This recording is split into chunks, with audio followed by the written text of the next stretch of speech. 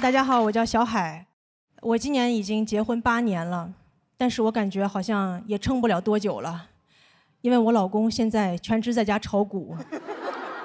你们知道全职炒股有多花钱吗？我甚至希望他全职花钱。他炒股对我最大的影响就是我没有办法辞职了。本来我都打算辞职了，全职搞喜剧，但你知道，一个家里不能一个人全职搞喜剧，一个人全职搞股票，2个人都在搞笑。我现在都不敢跟别人说我老公是干啥的，因为他们那个回答就好像我说的是我老公死了。你老公干啥的？全职炒股。你也不要太难过了，好好一个人可惜了，家里老人还不知道吧？所以现在别人在问我老公是干啥的，我就说他是3个上市公司的股东。不过他现在也没闲着，他现在开始搞一些副业，他现在开始写小说了，已经写了10万字，还成了签约作者。那天我看了一下，每天收入还挺高，每天能挣5毛6。朋友们，我老公还没我余额宝挣得多。日薪5毛6，月薪16块8，就他这个工资，都买不起爱奇艺的会员。以前他看不起我说脱口秀，现在是真看不起了。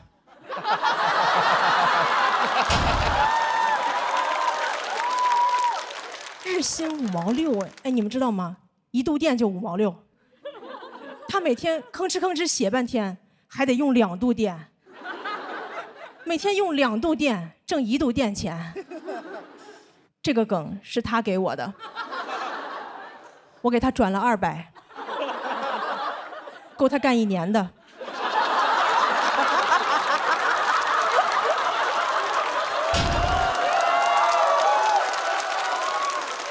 他那个小说我看了，10万字，你就感觉字里行间流出大大的2个字：垃圾。但我还是跟他说写得好，因为我觉得作为妻子，我应该支持他创作，因为这个赔得少。不过我觉得他炒股也有一个好处，就是我感觉他好像越来越贤惠了。他赔的钱越多，他会做的家务就越多。现在每天给我做早餐，还目送我出门上班。我觉得好像男人拥有的财富越少，这个男人就越好。男子无才便是德嘛。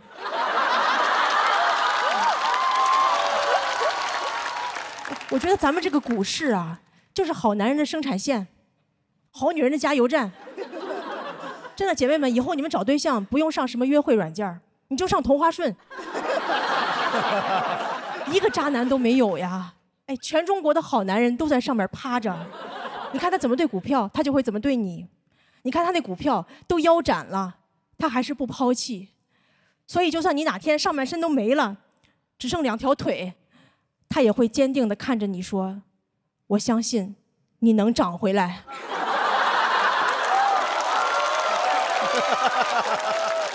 在讲这，谢谢大家，小海。大家好，我叫小海。我已经结婚8年了。之前有一阵儿我跟我老公是异地。其实我觉得异地婚特别好，真的。今天如果有没结婚的朋友，我跟你们说，结婚就要结异地婚。真的，下次我还结异地婚。真的，之前还总有人很担心我，跟我说：“你这样时间长了，你不担心你会离婚吗？”我说：“离婚不就是为了过上我这样的生活吗？就你不用离婚，你就能享受到离婚的自由。”真的，姐妹们，一个人住真的太爽了。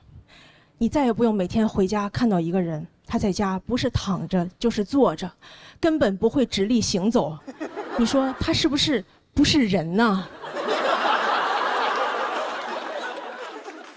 不光是我觉得我老公他也过上了所有已婚男人最羡慕的生活，有婚姻没老婆。就你不用失去你1半的财产，就可以轻松的失去你的另一半。他一个人过得也很爽。再也没有一个人夏天睡觉不管多热，永远都不让他开空调，而且还会让他做一件人类永远做不到的事儿：你别热。再也没有一个人天天催他洗澡，一回家就跟他说：“哟，咱们家怎么这么臭啊？什么东西坏了？是你吗？”他一个人过得也很爽，他根本就不想离婚。就算是我跟他说我们离婚吧，他都会跟我说：“离婚证不就是一张纸吗？为什么非要看中那张纸？最重要的不是咱俩的感情吗？只要咱俩的感情足够淡，离不离婚又有什么差别呢？”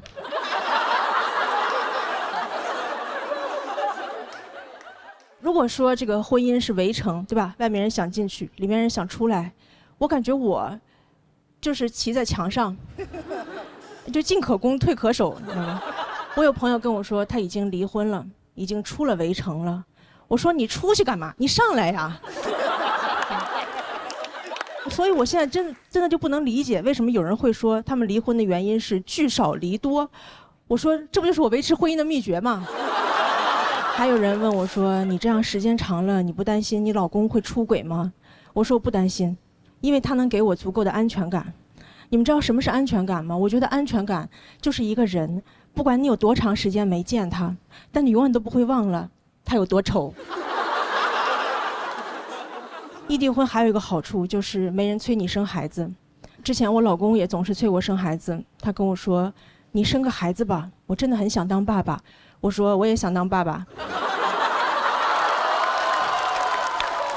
因为我觉得当妈妈比当爸爸难多了。当妈妈往往就意味着牺牲。你看，你要当一个好母亲，你要像那个孟母三迁、岳母刺字，你要成为烛光里的妈妈。但你要当一个好父亲，你只需要买几个橘子。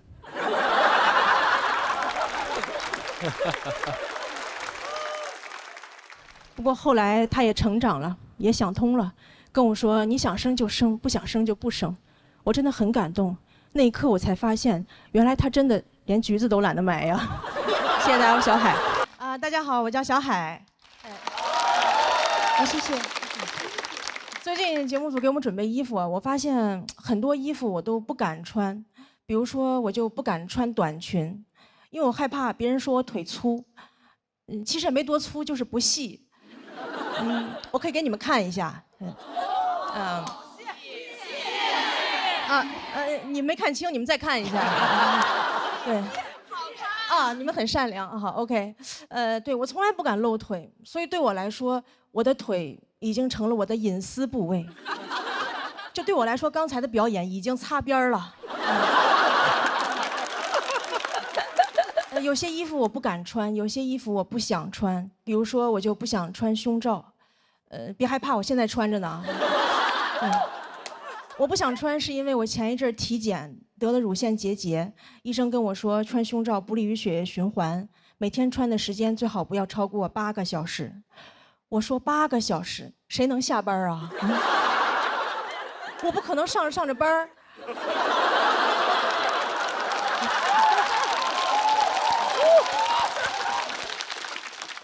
领导正跟我谈话呢。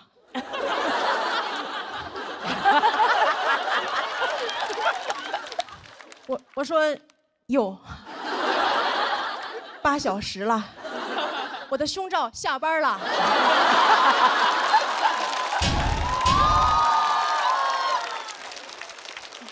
解脱了。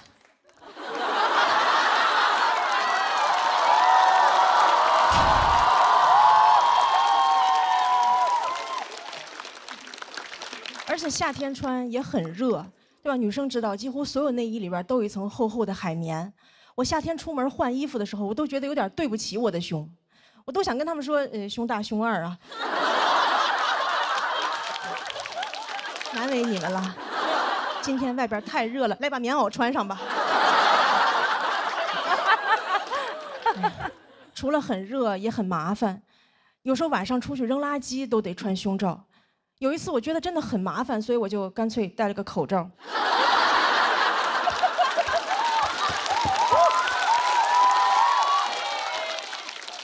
我觉得如果人只需要穿一件衣服，就是口罩。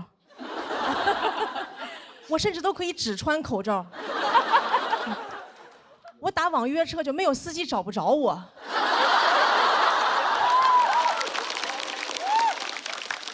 司机说：“你穿的什么衣服呀 ？N95。”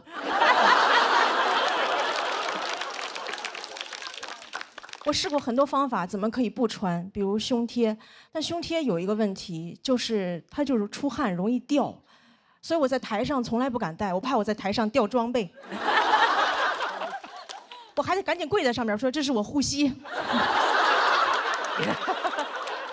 胸贴还有一个问题，就是有时候我会过敏，人多我又不好意思挠，我就只能捶胸脯。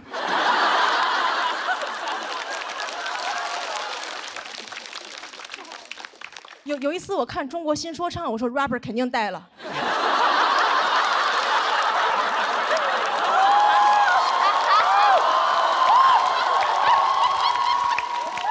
打招呼都是 Hey yo bra。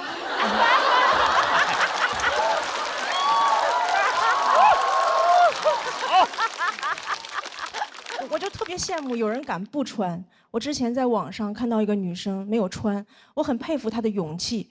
但就有人评论他说他这样扰民，我说他怎么就扰民了啊？他是在街上扫射别人吗？如果你觉得他扰民的话，你可以报警，对吧？你说警察这里有人扰民，警察说有噪音吗？什么噪音？是我脑子里肮脏的想法。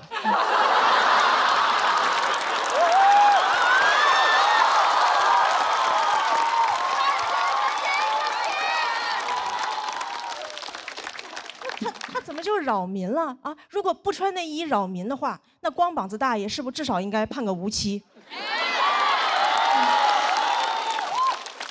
同样都是不穿，你为啥不去评论一下光膀子大爷？好看，爱看，想谈。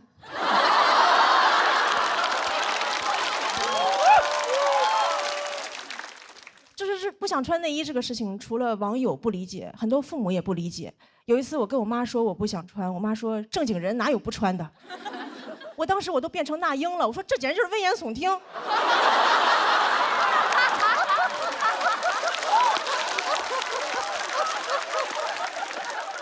我妈还跟我说穿内衣有好处，她说穿内衣是为了保护女性安全。我说怎么保护啊？把里边钢丝抽出来把坏人扎死吗？内衣要是能保护女性安全，怎么没有人去庙里求个平安照？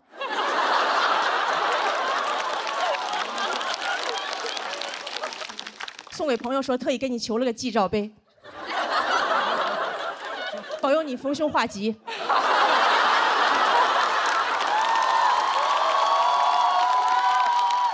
记得一定要罩在头上，那才真正的好兆头。我第一次听说内衣能保护女性安全，怎么坏人最怕的是内衣吗？啊，两个流氓正要骚扰一个女生，女生调整下肩带，流氓说快跑有胸罩。咱俩分开跑，他一个能扣俩。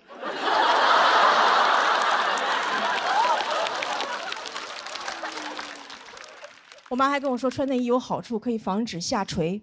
她说你看内衣广告说了，我们这个可以防止下垂，能够对抗重力。我说对抗重力，这么厉害的科技咋不用来发射火箭？回头采访马斯克说您登陆火星的秘密是什么？维多利亚的秘密。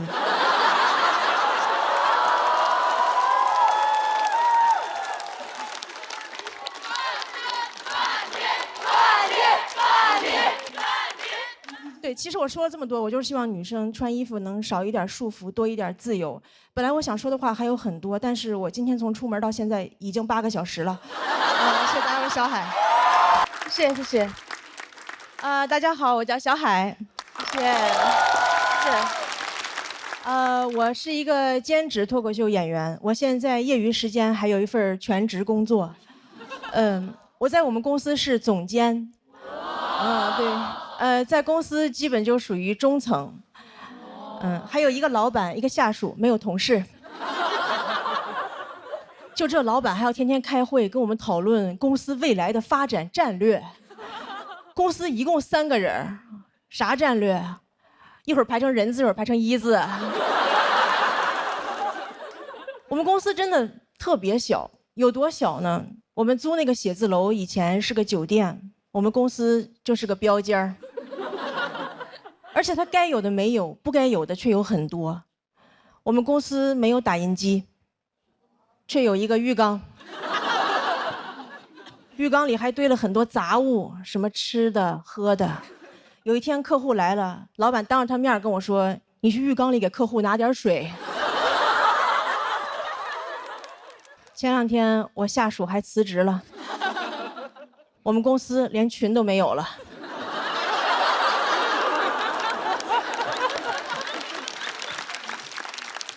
现在经常有人问我，你说脱口秀不怕老板知道吗？我不怕，因为你看我有2份工作，我们老板有4份，一个公司2个人6份工作，我们公司就业率300%。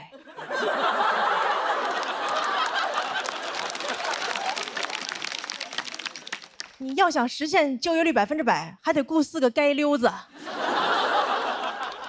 我们公司就我一个全职员工嘛，前2天老板又雇了个兼职，是兼职 CEO。听说过吗？兼职 CEO。你们哪个公司 CEO 年薪是日结的？平时我都不太敢给他打电话，因为害怕他还有什么别的兼职。我怕我打电话我说老板有个文件需要您签字，老板说一会儿签，等我送完这单。不光公司奇葩，老板还经常跟我提很多奇葩的要求。哎，你们能相信吗？前2天我老板让我值日。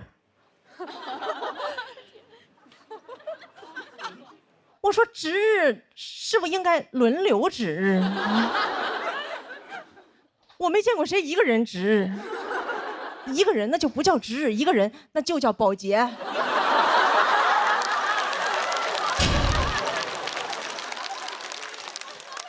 我现在都害怕，我以后去面试，人家问我有什么工作经验，我说打扫过标间儿。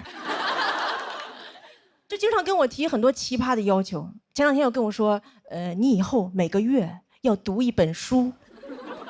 哎，你们发现没有？老板只有在这种没有用的事上跟你提的要求才特别清晰，正经工作上的事根本就说不清到底让你干啥。你看每个月读1本书，非常清晰可量化，然后一到工作就跟你说把这个弄一下，把这个弄一下啊。朋友们，你真的很难听到人类说一句话主谓宾都不知道是啥。把这个弄一下，谁弄一下？把哪个弄一下？什么叫弄一下啊？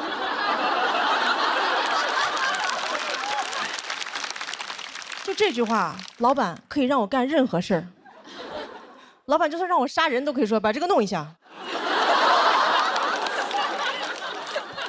然后前2天老板又要给我降薪，他居然跟我说你去起草一个自愿降薪协议。我说怎么你要给我降薪，协议还得我自己写啊？你要勒死我麻绳还得我自己编？你这是相当于潘金莲跟武大郎说大郎煎药了。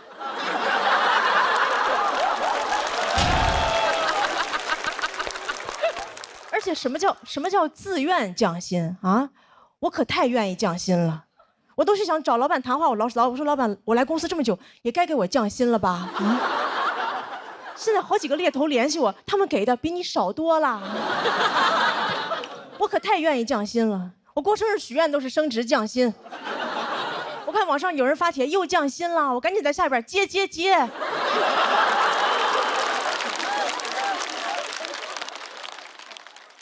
然后前2天老板又要给我降薪，这一次他居然要给我转成兼职。我说我不缺兼职。然后他跟我说了一句话，我才知道什么是真正的霸道总裁。他跟我说，虽然我给你转成了兼职，但我希望你不要有别的工作。我说怎么，您还要给共享单车上锁啊？不过降薪也有一个好处，我发现老板跟我说话都客气了很多。以前老板就是跟我说你这个不行，现在跟我说你这个不行哈。我说那不行的话，那你把这个弄一下。哎呀，但是我也没有其他的办法。老板给我降薪，我就只能把老板写成段子。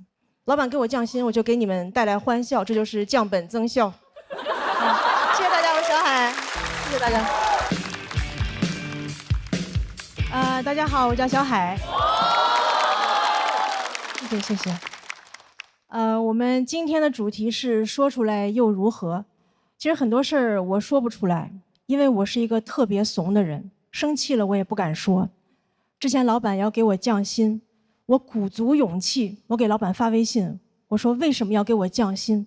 老板说公司不挣钱。我说好的，波浪号。但其实我心里全是星号。老板还跟我说，你这个人最大的优点就是情绪稳定，但他不知道我最大的优点其实是骂人不出声。我经常想在心里跟别人说出那种特别刻薄的话。有一次我坐飞机啊，我特别想睡一会儿，但我周围所有的家长都在给孩子上课，我后边家长在教孩子学英语，左边在教飞机原理，前面在教古诗词。我说原来空课的意思是空中课堂。我都感觉我坐的不是航班，这就是个实验班。我坐第一排，给我发饭我都不敢吃，我怕他让我往后传。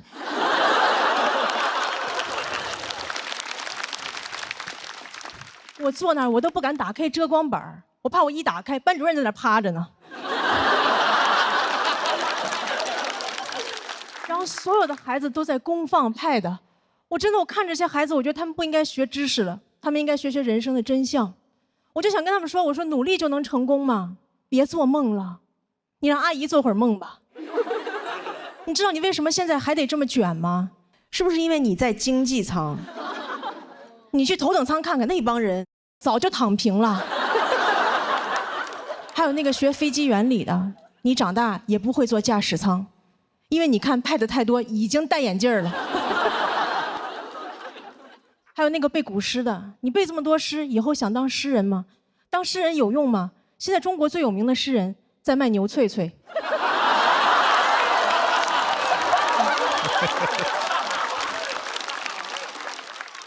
所以你们也看出来了，我情绪真的不是很稳定，我只是不想让别人看出来我疯了。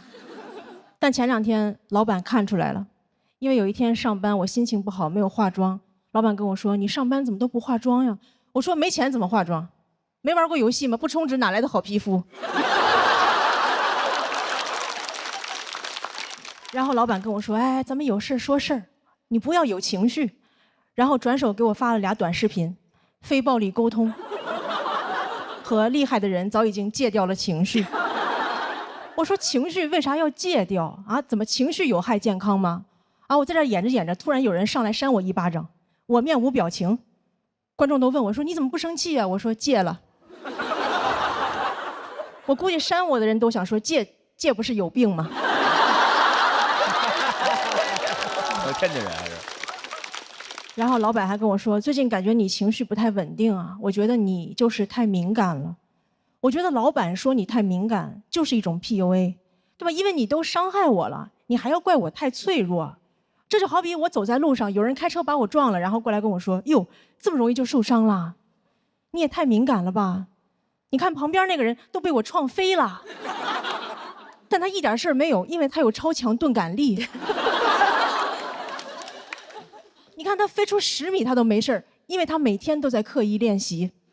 你花21天，你也会成为更好的自己。”我说：“可是我真的疼啊！”你感到疼是因为你在成长。我说：“可是我都快要死了，那些杀不死你的会让你更强大。”我还看到网上有的老板说，他招人的第一标准就是情绪稳定。我说：“这标准你咋测试啊？啊，面试时候上来先给你个脑瓜崩，找工作直接跟老板谈。”我就工作过的朋友都知道，员工能力越强，情绪就越不稳定。对吧？你如果招人第一标准是情绪稳定，你只能招来那种能力不强的员工，到时候老板就只能跟大家介绍，这是我们新来的会计，不识数但是特别识相。但我也不是啥人都招。前2天我刚裁了个程序员，他会挺多编程语言，但我让他加班，他就跟我用 C 语言。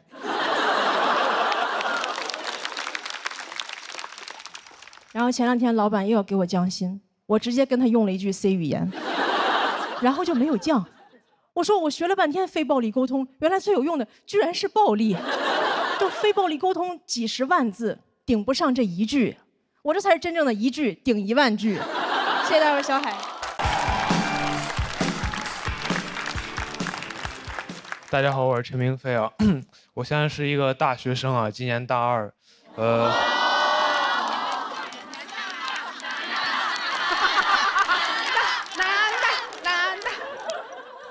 现在心情怎么说呢？就是马上有期末考试了。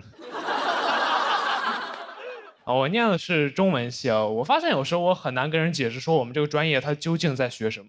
就有一次我印象很深刻，我坐火车上学嘛，路上很无聊，有一个阿姨就说：“小伙子，你大学学什么的呀？”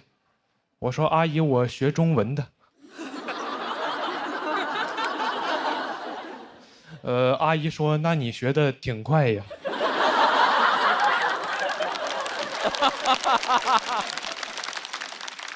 我说：“阿姨，我是中国人啊。”我在我们专业说实话待的没有说特别适应，因为我们专业是一个就是女生比较多男生比较少的一个专业。我记得有一次我参加学校举行那种跳长绳比赛，进了我们队的微信群，发现就好像只有我一个男生。那天体委在群里说的是老婆们集合了。我说这儿还有一个人类呢。体委可能没反应过来啊，说别人都没意见，怎么就你有意见？但后来那天活动现场，他发现确实是有一个男生啊，所以那天我们夺冠之后，他发的朋友圈里就表现了对我的尊重。他说我和老婆们和陈明飞取得了冠军。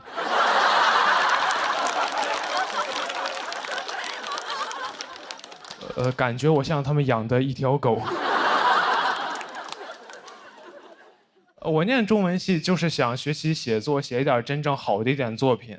但上了大学之后，老师跟我说，一个作家想写出那种真正好的作品，应该要先过30-40年苦日子。我说这是不是有点太久了？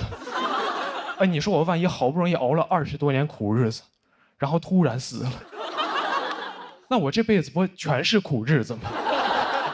就你不要跟我提什么卧薪尝胆的勾践，我知道这个听着很励志。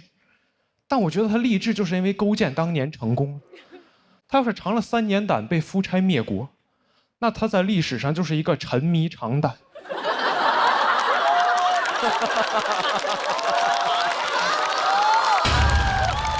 导致亡国的变态了。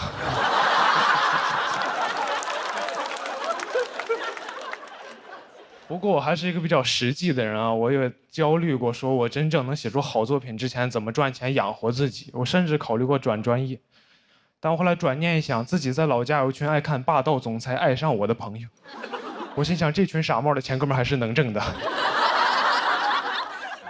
一个作家这么一个几千年的行业，它能有什么问题呢？然后我大2那年呢 ，AI 会写小说了。我当时的感觉就像，我感觉自己像那种晚清刚进宫的太监，一个阉人。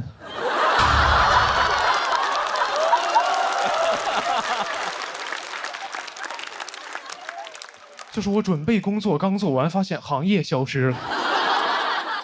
我当时感觉自己被时代所欺骗了，因为我印象很深刻，我报志愿那会儿，全网都在告诉我，文艺就是人类面对 AI 的最后一道防线。我说怎么2年就被打爆了？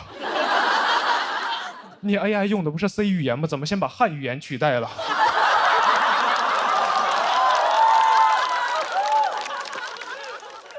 你这个 C 该不会是 Chinese 的意思吧？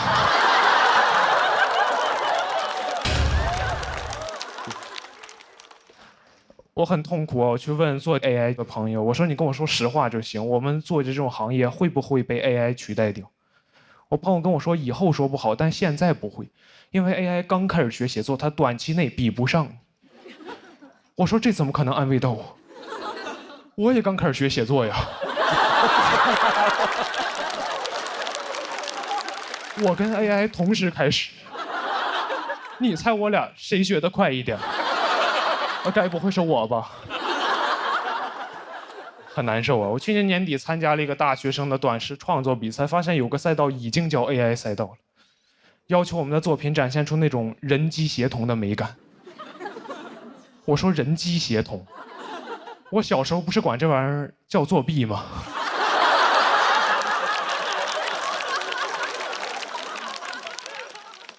我记得我小学那会儿看着有同学考试那会儿拿手机搜题，人机协同，轻轻松松拿高分。我辛辛苦苦做半天拿个中等的成绩，我都安慰自己，我说陈明飞没事，你现在累了一点，但你培养了能力，长大你比他们强。长大发现人机协同才是真正的能力，就感觉像另外一个版本的卧薪尝胆，就是勾践尝了3年胆，发现夫差让别人消灭了。人轻松了，苦白吃了，在历史上还是一个沉迷尝胆的变态。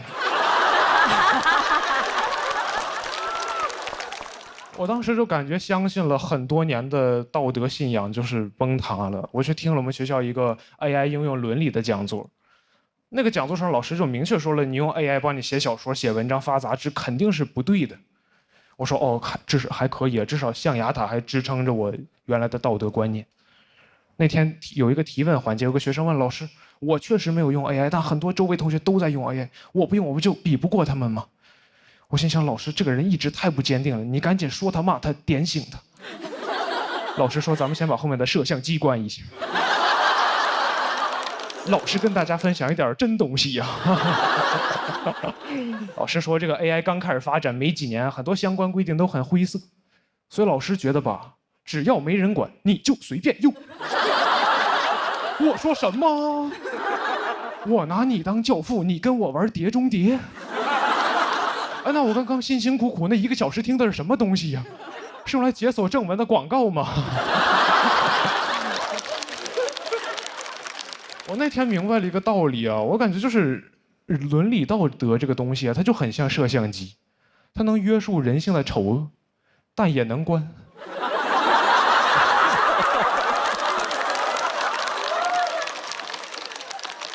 我现在感觉自己就是，我明白 AI 是好东西，我知道它这时代在进步，科技在发展，历史的车轮滚滚向前，但我不在车上。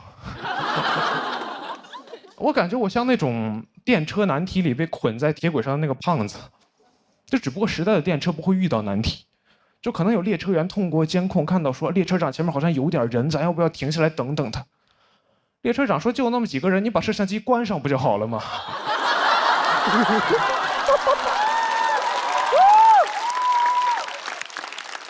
就看着那个车越开越近，我旁边的朋友就会问陈明飞：“咱们现在怎么办？”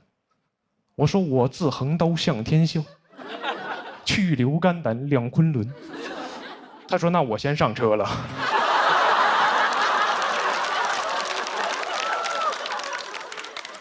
人越来越少，我看着电车过来，我也很害怕。我就躺在那儿，我说等等，这儿还有个人类呢。他说别人都没意见，怎么就你有意见？谢谢大家。好，大家好，我是二维码啊。我有一个儿子，5岁了，最近不太喜欢他，因为他非常的肥胖，咱也不知道为什么。啊，你们挺道德感挺差，你们啊。哎，我这样想啊，朋友们，不是我胖，我儿子就活该得胖。我胖是因为我有不良的饮食习惯，而我对我儿子的饲养非常的科学。他上幼儿园之后就住在我妈家，周一早上起来，我妈给他做好了早饭，他吃完了早饭送去了幼儿园，我就知道了这个人呢得吃早饭。到我单独带他，我就带他出去吃早饭，我每次都确保他吃的一口都再也吃不进去了，把他送进幼儿。哎，我觉得我是一个就是有责任感的父亲。我这样做2年多的时间，最近他上幼儿园大班了，我偶然的得知他们幼儿园呀有早饭。我说完了，你知道你做的多可怕的事情吗？当一个人从3岁开始，每天吃了早饭就去幼儿园，到了幼儿园就吃早饭，就会在他脑海中种下一个坚定看法，说这个人呢就得吃2顿早饭。当你有了一个儿子，你就会发现事儿太多。那天我回家，我发现我儿子在幼儿园让人打了一顿，这是很多男人不能接受的事情，这是他们人生的底线。但是我可以接受，因为我觉得我儿子嘛，他毕竟不是我本人。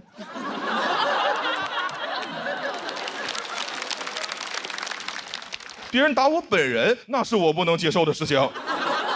但打我的儿子，对我来说只不过是一个令我难以接受的事情。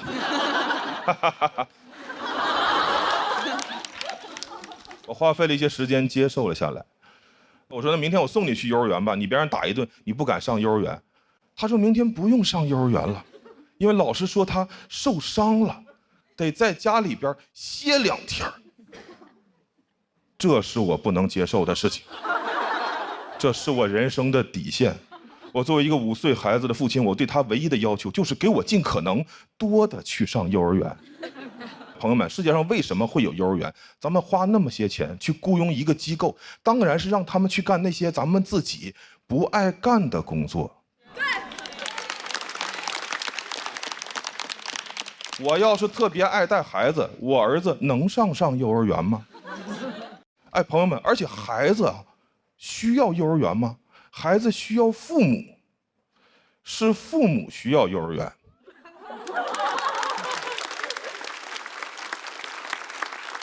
现在幼儿园太膨胀了，没事就给你打电话，来个电话说冯先生，您儿子在我们幼儿园有点流鼻涕了。我说那回家就不流了呀啊！哎，我想不通啊，幼儿园为什么会觉得我就急需一个流鼻涕的孩子呢？我要是能选择，我会让我儿子把他一辈子的鼻涕都给我留在幼儿园。晚上回家的时候，还给我一个鼻腔干燥的儿子。在其他的消费活动中，商户是不敢对咱们如此无礼的。我送一件衣服去干洗，他不可能洗吧给我打电话说冯先生，您这个衣服洗呀丢颗扣子，你快拿回去吧，再洗就没有扣子了啊！不可能，他得把我的扣子找到缝回衣服上，洗好了我拿家来，这是他们收的钱应该提供的服务。幼儿园也是一样，我理想中的情况是幼儿园给我打电话说冯先生，您儿子在我们幼儿园有点流鼻涕了。我说好，那如果我儿子下午的时候止住了鼻涕，他晚上就能回家。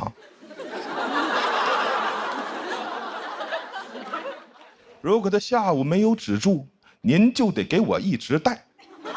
幼儿园那边的麻爪的说什么？您儿子流鼻涕流得很严重，我说我送去时候可不流啊。我送去时候是一个好孩子，是你把他玩坏的，你就要负责修理。幼儿园那边还想狡辩，我直接就把电话一按，电话卡拿出来掰了，家里边房子一卖，让幼儿园再也无法得到我的音讯。园长这几年得带着我儿子求医问药，把他恢复正常了。同样的是，就同时间，我在我自己家小区楼下吃完了晚饭，拉着我女儿的手，饭后散步，会偶遇同小区的家长，他们会问我说：“哎，冯先生，您儿子呢？”我说：“我呀，没有这个东西。”谢谢大家，讲到这儿，谢谢大家，我是二维码。大家好，我叫贾德玉，我现在在读博。我在新加坡读博读了很多年，现在已经是第6年了。6年的时间全部投入在一个项目上，最后论文能不能发表也不知道，就感觉读博真的很像赌博。建议大家不要轻易去东南亚做任何事情，校园区域也是一种园区。我的专业是人工智能，就爱听这一声。人工智能和人的智能不一样，因为人工是 man-made， 而人是 woman-made。我妈妈不知道我每天在干什么，我就给她解释嘛。人工智能的其中一个方向是教人工智能学人，并且在一些场景下装人。说完我也觉得挺困惑的，我们人类不是可以直接造人吗？为什么还要先造一个人工智能，再让它装人？人造人不如人造人造人工人。我妈也不理解，她说你读博读了这么多年，就是为了造一个假人。你要是去造人，1年就出来了。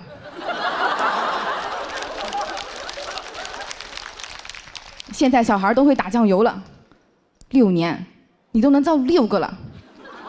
我说妈，咱家应该也不需要这么多酱油吧？而且生产人性价比确实有点低，养孩子6岁就打个酱油，养人工智能就不一样了。DeepSeek 1岁就能做逻辑推理，语数科技的机器人3岁就能上春晚，人工智能从出生那一刻起就可以为我打工赚钱了。反正也没有未成年人工智能保护法。我觉得我的想法这么奇怪，主要的责任在于我妈。用人工智能的话来说，就是我的开发者。有人说我爸也有责任，我爸他只是提供了一点训练数据，而且他的训练数据里面还有许多脏数据。他一次提供几千万条、几百万条，有用的就1条。